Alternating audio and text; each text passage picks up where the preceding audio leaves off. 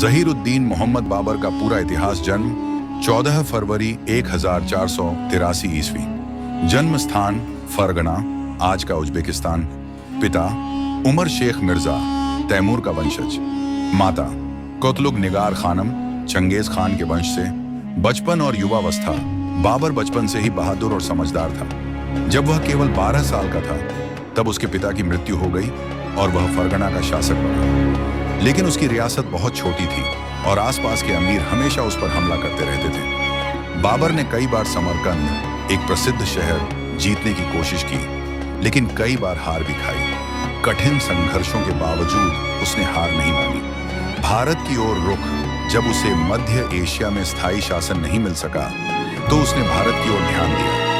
भारत उस समय अफगान और लोदी वंश के अधीन था, जिनमें आपसी झगड़े चल रहे थे। बाबर ने इसे एक अवसर समझा और 1525 में अपनी सेना लेकर भारत की ओर बढ़ा।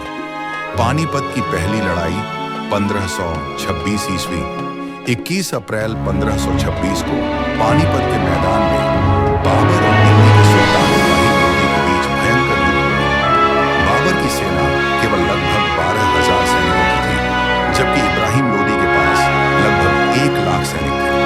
लेकिन बाबर ने तोपों, आर्टिलरी और रणनीति का ऐसा उपयोग किया कि लोदी की विशाल सेना बिखर गई। इस युद्ध में इब्राहिम लोदी मारा गया और बाबर ने दिल्ली और आगरा पर कब्जा कर लिया।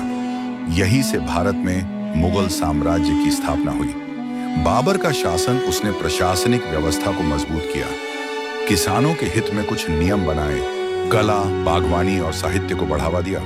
उसने अपने अनुभवों पर आधारित आत्मकथा तुजुक-ए-बाबरी, बाबरनामा, फारसी भाषा में लिखी। इसमें उसने अपनी जीवन यात्रा, युद्ध भावनाएं और भारत की प्रकृति का वर्णन किया। बाबर को प्रकृति और कविताओं से गहरा प्रेम था। वह एक महान योद्धा के साथ साथ एक अच्छा कवि और लेखक भी था। मृत्यु और विरासत। बाबर की मृत्यु 26 दिसंबर 1530 को आगरा में हुई। कहा जाता है कि अपने बेटे हुमायूं की बीमारी दूर करने के लिए उसने दुआ की और खुद बीमार होकर चल बसा।